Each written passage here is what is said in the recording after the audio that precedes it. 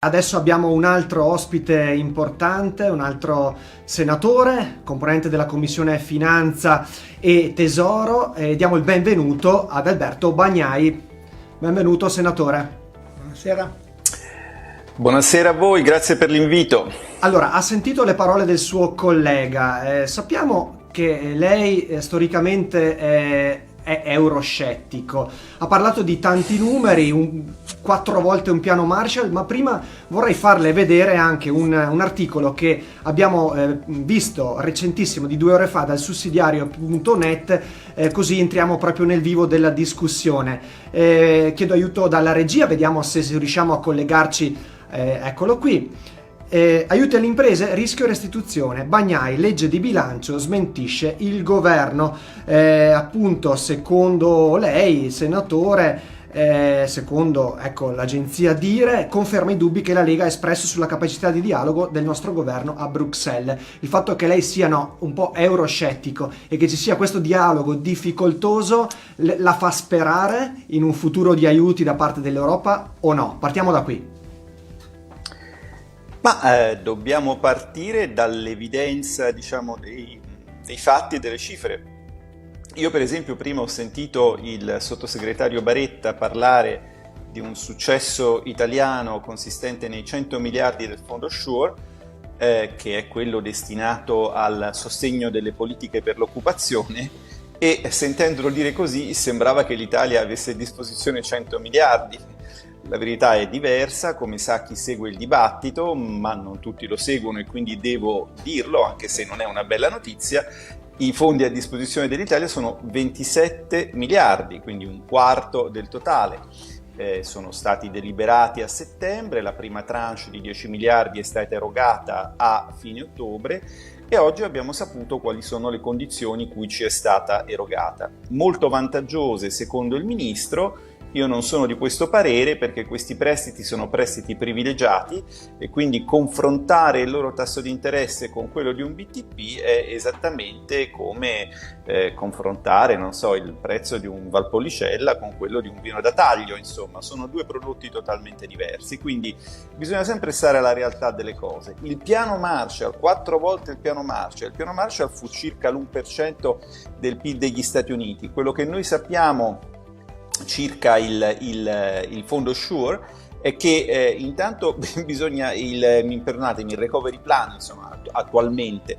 Quando si sente parlare di recovery plan bisogna fare attenzione perché spesso vengono aggiunte alle somme che l'Europa ha destinato all'emergenza delle somme che comunque sarebbero state messe a disposizione. Mi spiego, il bilancio dell'Unione Europea è 1100 miliardi di euro, d'accordo? Se a questo si sommano i 750 miliardi di Next Generation EU e i 540 degli altri strumenti SURE, MES e BEI, si arriva a 2390 miliardi, che è una somma spropositata, ma sarebbe esattamente come dire che, quest'anno l'Italia spende 400, 500, 600 miliardi di euro lo Stato italiano perché si somma agli interventi per l'emergenza quella che è la spesa che comunemente viene fatta. Quindi questo non è un modo corretto di rappresentare le cose. Le somme aggiuntive sono effettivamente questi 750 miliardi che non sono regalati, sono roba che entrerà nel debito pubblico per la parte di prestiti e sono prestiti che hanno delle condizioni molto particolari. Ora, dire tutto questo non significa essere distruttivi o esprimere scetticismo, significa essere realistici e preoccuparsi per quali saranno le condizioni finanziarie in cui si troveranno i governi futuri. Per il tema che lei sollevava, cioè quello degli aiuti di Stato, e qui non sono io a dire che c'è un problema, è la Commissione europea.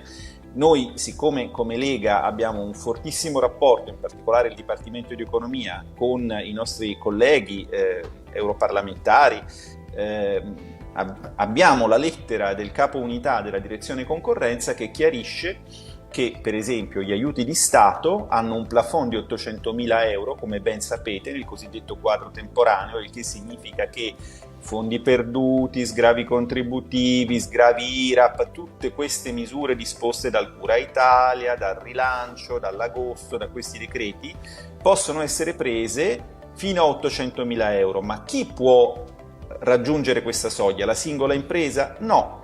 L'unità economica secondo la definizione europea. Quindi se un'impresa è in un gruppo potrebbe avere diritto a una quota di aiuti molto inferiore. E qui scatta l'eventuale obbligo di restituzione per chi pensasse di aver potuto contare su 800.000 euro, ma poi magari per queste regole si dovesse trovare ad aver sforato.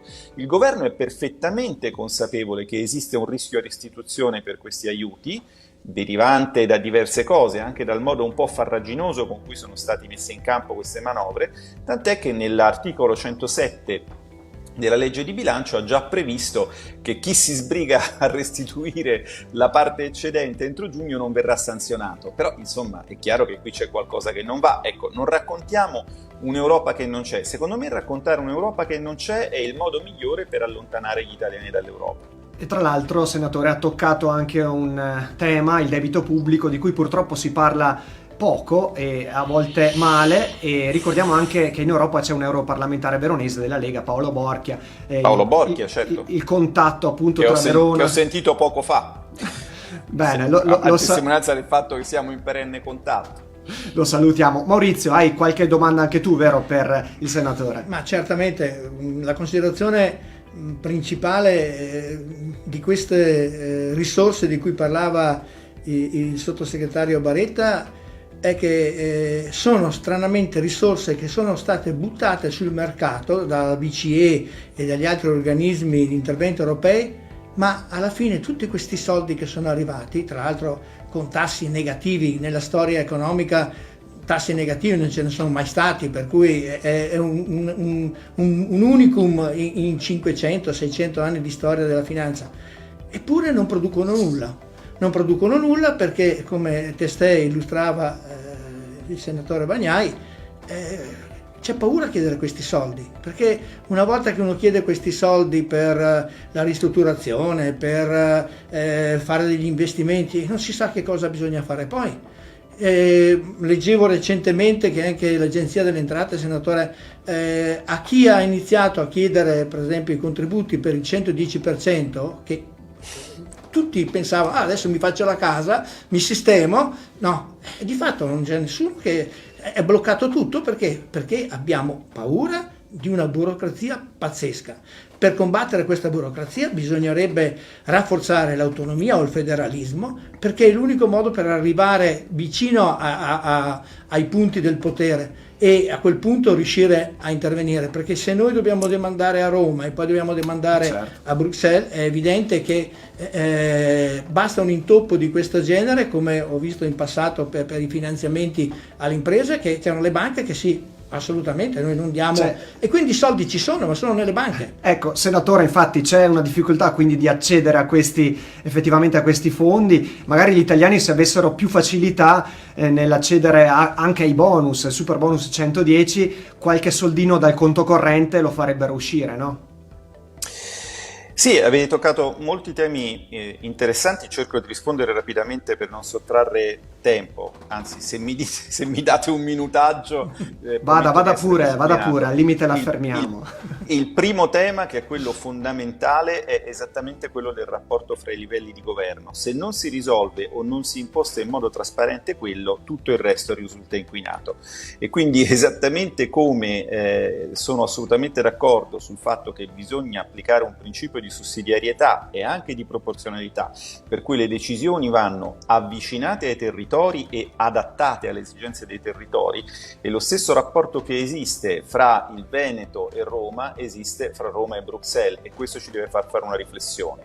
Poi, seconda osservazione generale, in questo momento c'è molto risparmio, ma questa nel senso di molte disponibilità liquide sui conti correnti. Credo che ognuno di noi abbia sperimentato questo anche nella sua vita, se ha uno stipendio, perché invece chi lo stipendio non ce l'ha sta drenando i propri risparmi, e poi faccio una considerazione su questo, ma voglio dire che chi ha ancora un reddito sta risparmiando perché ha paura. Si tratta di risparmio precauzionale. Esiste cioè il timore, dopo aver visto come il governo ha lasciato totalmente andare certe categorie, che se succeda qualcos'altro, di essere abbandonati e di non poter contare su nient'altro che sulla liquidità che si è messa da parte. Una critica molto dura che devo fare, mi dispiace di farla in assenza del sottosegretario Baretta, perché non mi piace criticare gli assenti, ma è una critica di metodo. Dal mio punto di vista questo governo ha utilizzato una calamità naturale per fare in qualche modo politica dei redditi. È un governo che vede il suo elettorato in alcune categorie e non in altre. Io non ho preferenze per categorie. Per me nell'ecosistema, come oggi si suol dire, di un'economia hanno pari dignità il dipendente pubblico, il lavoratore autonomo, il professionista, eccetera, eccetera. Questo governo ha oggettivamente dimostrato di non avere molto a cuore alcune di queste categorie, gli autonomi, le partite IVA, i piccoli imprenditori, verso i quali, devo dirlo perché ho assistito a diverse riunioni nella mia qualità di responsabile economico della Lega, dimostra un pregiudizio negativo, cioè l'idea era: questi soldi da parte ce li hanno e quindi anche se le scadenze fiscali sono il 16, facciamo uscire il decreto il 18, così chi ha i soldi pagherà. Ora, dal mio punto di vista questo approccio è sbagliato, perché può sembrare molto giusto e molto corretto che chi ha i soldi intanto paghi, ma dopo 3 o 4 passaggi di questo tipo anche chi ha i soldi non ce li ha più, e quindi che cosa succede? Che hai creato una società con tantissimi poveri e pochissimi ricchi, aumenta la disuguaglianza, e questa non è mai una buona cosa perché provoca tensioni sociali. Per quel che riguarda poi nello specifico dettaglio la misura del 110%, posso dirvi che dalle interlocuzioni che abbiamo avuto con l'ANCE, sia riservatamente che nelle audizioni in commissione, qui c'è un tema fondamentale. Siccome per far partire i lavori occorrono almeno 4 assemblee di condominio che nelle condizioni attuali sono particolarmente complesse da tenere, ci vorranno 6 mesi solo per poter arrivare all'inizio della storia, e se la misura non viene prorogata, tutti sanno, e vedo che anche voi annuite, che se la misura non viene prorogata di almeno un paio d'anni non potrà mai diventare operativa. Chiudo su un punto che sempre ha sollevato l'ANCE e che secondo me è di grande buonsenso. Posto anche che i soldi che vengono dall'Europa siano molti, che vogliamo prenderli, ricordo che alcuni paesi europei hanno deciso di non accedere ad alcuni fondi, posto tutto questo, dimentichiamoci le grandi opere, perché non esiste nella tempistica prevista per la presentazione dei piani e anche per tutti i vari rapporti sugli stati di avanzamento, non esiste la possibilità, data la burocrazia italiana, ma data proprio le condizioni oggettive, di fare grandi opere in tempo per non essere poi sanzionati dall'Unione Europea. Bisogna pensare alla manutenzione del territorio, a piccole opere di cui l'Italia però ha grande bisogno. Grazie senatore per il suo intervento, se ha possibilità di rimanere con noi lo faccia, che al limite volentieri. ci risentiamo più tardi. Ha sentito le parole del deputato Paternoster, ovviamente della Lega, sì, le parole del consigliere. Insomma, se vuole commentare anche quanto sentito, soprattutto chiaramente anche dal consigliere Valdegamberi, ma per quanto si è detto di Roma, ecco, dall'onorevole Paternoster. Ma guardate, mentre vi ascoltavo con grande interesse per l'amore che ho per il territorio del Veneto e di Verona in particolare, stavo anche perché sapete che purtroppo la tecnologia, diciamo, aumenta la nostra produttività, cioè rovina la nostra vita. Stavo anche in chat con il nostro segretario federale Matteo Salvini per chiedere che linea terremo nella legge di bilancio, e la linea che terremo nella legge di bilancio sarà, nella misura del possibile, di presentare solo pochi emendamenti condivisi a livello di centrodestra, cercando di evitare di entrare nel gioco del, se posso usare un'espressione gergale, del marchettificio cui si abbandonerà senz'altro viceversa la maggioranza, approfittando di quell'offerta che a mio parere è insultante nei riguardi del Parlamento, cioè di quel fondo di 800 milioni che, con un gesto così da Papa Re di altri tempi, il nostro attuale Premier, devo dire, ha gettato dal balcone di Palazzo Chigi ai parlamentari perché ci facessero le loro cose. Allora, questo non corrisponde allo stile che noi chiediamo, perché poi di governo che chiediamo, e anche allo stile di intervento che chiediamo, perché vedete una serie di problemi che sono emersi, per esempio quello che citava lei della restituzione degli aiuti di Stato, derivano dalla difficoltà che le imprese, e attenzione, non dimentichiamoli mai, i professionisti, i consulenti del lavoro, i commercialisti hanno nel seguire tutte queste misure frammentate. Io sto cercando con grande difficoltà di tenere lo scadenzario delle varie misure del governo, anche per capire quando intervenire per prorogarle, perché poi loro se lo dimenticano. Vi ricordate che si sono dimenticati il 15 ottobre di prorogare l'invio di 9 milioni di cartelle? Glielo abbiamo ricordato noi andando con i cartelli anziché le cartelle sotto l'Agenzia delle Entrate. Loro stessi non riescono a gestire la congerie di provvedimenti che hanno elaborato. Allora noi chiediamo poche cose incisive. Su un altro punto, se posso, quello della tutela dei territori naturalmente e della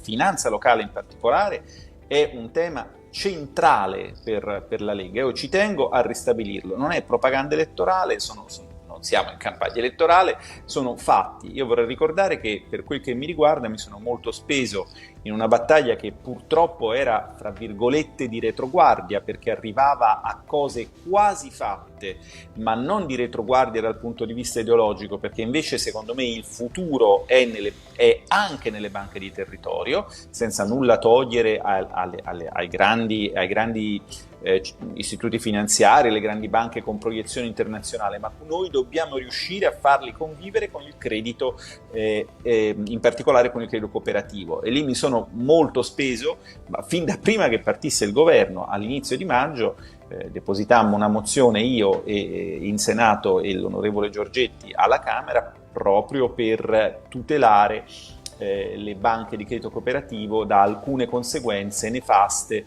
della riforma Renzi. Queste conseguenze poi purtroppo per alcune banche che non hanno voluto, diciamo così, stare ad interloquire con la Lega perché la Lega è brutta, la Lega è razzista, insomma per argomenti diciamo non molto fondati, si sono dimostrate vere. Quindi adesso alcune banche di credito cooperativo sono considerate banche significative dalla BCE, sono sottoposte a una vigilanza europea, non riescono ad erogare credito e questo purtroppo sono diciamo, la Lega in questo senso può rivendicare di aver visto avanti e anche di aver fatto delle cose, e sono contento di essere entrato in una squadra dove mi è stato consentito di realizzare dei progetti in cui credo. La difesa della finanza a livello di territorio è assolutamente nel futuro dell'economia italiana. Tutto quello che stiamo vedendo, e chiudo, in particolare anche le conseguenze del Covid, ci dicono che il futuro sarà un futuro dove il globalismo verrà ripensato e quindi di converso verranno rivalorizzati i territori, e per rivalorizzarli occorre che essi abbiano i loro motori di sviluppo anche finanziario. Benissimo, senatore, la ringraziamo di aver partecipato. Bagnai, siamo in conclusione, una riflessione, insomma si è toccato anche il tema delle banche, no? Si diceva la banca deve tornare a fare la banca, ecco, è una speranza insomma di molti, chiaramente è cambiato il mercato, è cambiato il contesto. Cosa possono fare le banche per stare vicino, secondo lei, al territorio e agli imprenditori, così come vorrebbe Della Bella e vorrebbero tanti imprenditori, quasi tutti? Rispondo subito rapidamente, ma prima mi associo alle parole di Valdegamberi, che ringrazio per aver sollevato il tema. La linea della Lega è esattamente quella di accedere ai sussidi del Recovery Fund, per il semplice motivo che non sono dei veri e propri sussidi a fondo perduto, dal momento che per rifinanziarli si metterà una plastic tax, come credo sappiate, che parte il 1° gennaio e che non è imposta da questo governo ma dall'Europa, ma di non accedere ai prestiti, perché i prestiti, quelli contano per debito e tra l'altro sulla loro convenienza si potrebbe aprire un lungo dibattito.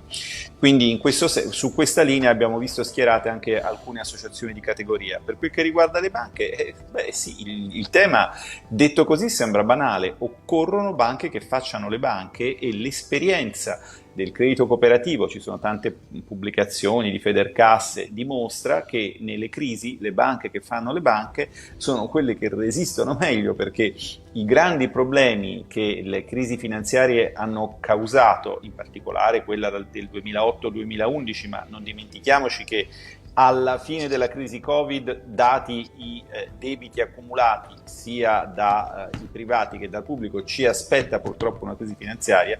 Le banche che fanno le banche sono quelle che riescono a resistere meglio e a far resistere meglio i territori.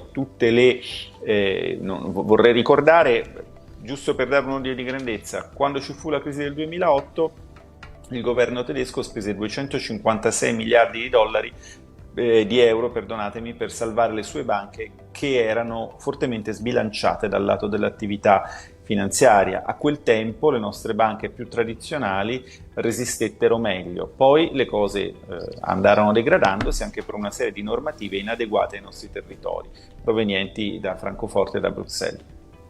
Grazie senatore.